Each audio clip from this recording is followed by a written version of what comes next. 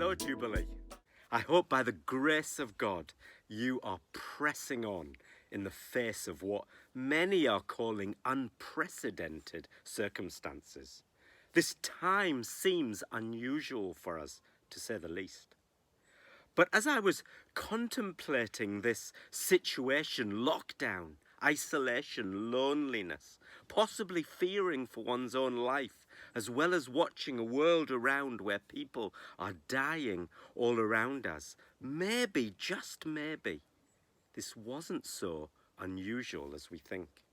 In fact, when you look at the Apostle Paul's life, granted the circumstances for his periods of lockdown were different, but there in some of his letters to churches, we also see remarkable similarities.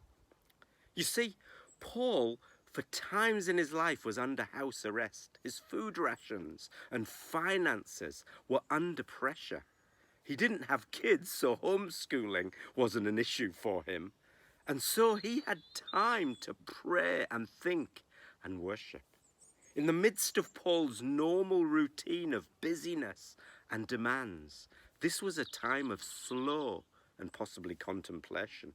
As Sharon Cameron from the Ark Church in Halifax shared prophetically the other day, as God gave her a song and a dream, rather than isolation, Paul seemed to be experiencing something more refreshing: solitude.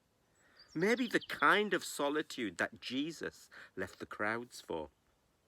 But also, in the midst of Paul's lockdown, he refused to wallow in self-pity and hopelessness and fear, but rather looked at his world and grasped gospel breakthroughs and opportunities wherever he could, bringing the joy news of Jesus to everyone, everywhere. Not a lot of people know this, but he even engaged in his equivalent of Zoom meetings. Prolific letter writing.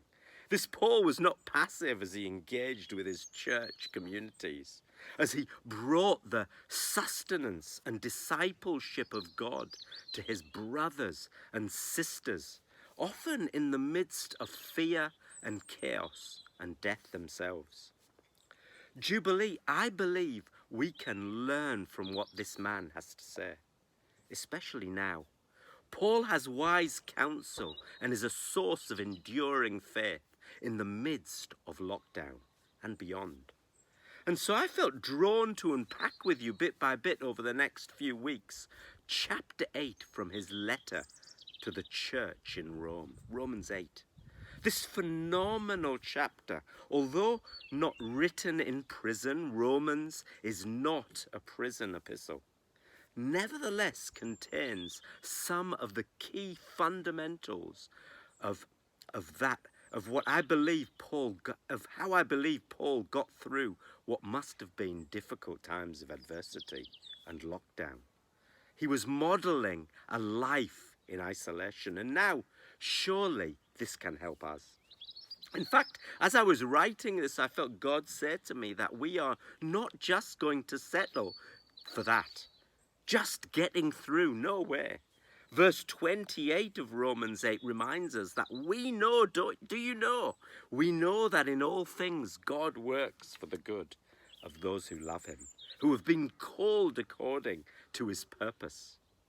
Romans 8 Jubilee offers us a vision of what life in the Spirit is about, what living out the reality of an indwelling God could mean for us and for our friends and communities and families around us, both now and in the future. We have been called according to his great purpose to bring about and declare his goodness to a whole world in lockdown and unprecedented hardship.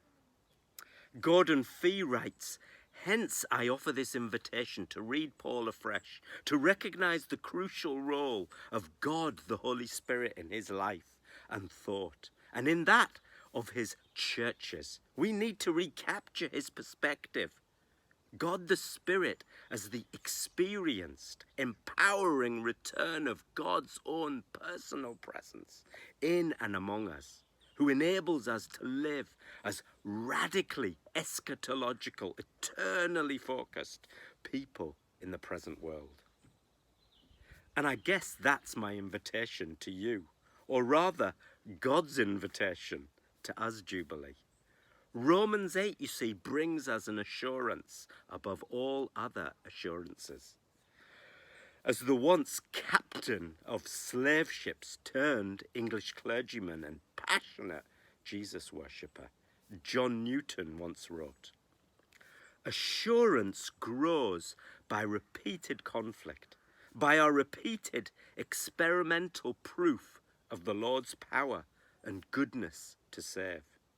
When we have been brought very low and helped, sorely wounded and healed, cast down and raised again, have given up all hope and had been suddenly snatched from danger and placed in safety. And when these things have been repeated to us and in us 1,000 times over, we begin to learn to trust simply to the word and the power of God, beyond and against appearances. And this trust, when habitual and strong, bears the name of assurance, God's assurance. Can I encourage you to read through Romans 8 a few times? Use different translations or paraphrases maybe. Pray as you read. Ask for God's revelation so that as we go through these short stirrings, we will be journeying together, preparing for the future when we come out of all of this, offering hope and life to others now, here, and being on the front line in terms of prayer and action.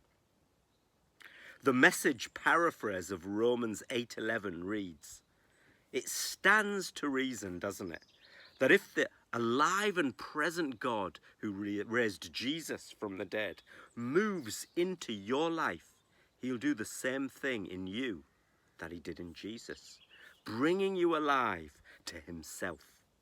When God lives and breathes in you, and he does as surely as he did in Jesus, you are delivered from that dead life.